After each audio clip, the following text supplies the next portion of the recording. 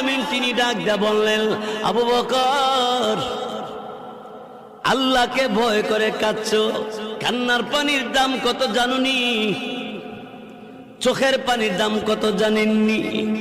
কঠিন কিয়ামতের ময়দানে আল্লাহ নবী জাহান্নামের পারে দাঁড়ায় দাঁড়ায় কাঁদবে আর বলবে, হে আল্লাহ, জাহান্নামের ভিতর আমার উম্মতেরা আছে, উদ্ধার কইরা দাও আল্লাহ, তাদেরকে মাফ কইরা দাও।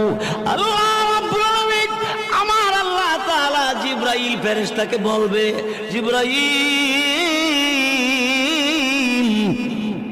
আমি আল্লাহর কুদরতি দরবারে পানির পাতিল আছে, পানির পাতিল নিয়ে যাও, আমার নবীর কাছে নিয়ে দিবা, নবীকে বলবা এই পাতিলের পানিটা জাহান্নামের ভিতরে ছেড়ে দেওয়ার জন্য। রসুলের কাছে জিবরাইল পানির পাতিল দিবে, আর জিবরাইল ফেরেশতার কাছ থেকে রসুল পানির পাতিল পাইয়া পানিটা জাহান্নামের ভিতরে ছেড়ে দিবে। জাহান্নামের আগুন ঠান্ডা হয়ে যাবে, নিভে যাবে।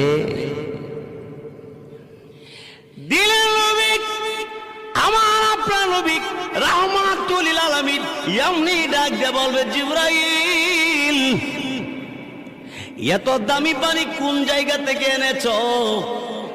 এটা কি হাউজে কাউসারের পানি না জমজম কুয়ার পানি?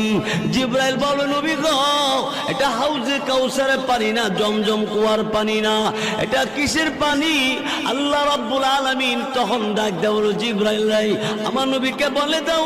এমনি জিবরাইল ফেরেশতা তখন ডাক দেয় বলবে, এই আল্লাহ নবী দুনিয়ার জমিনে আল্লাহকে ভয় করে চোখের পানি ছেড়ে, আল্লাহর বান্দা চোখের পানি ছেড়ে ছেড়ে কাঁদছে, এই কান্নার পানিটা আল্লাহ তাআলা জমা রাইখা দিছে।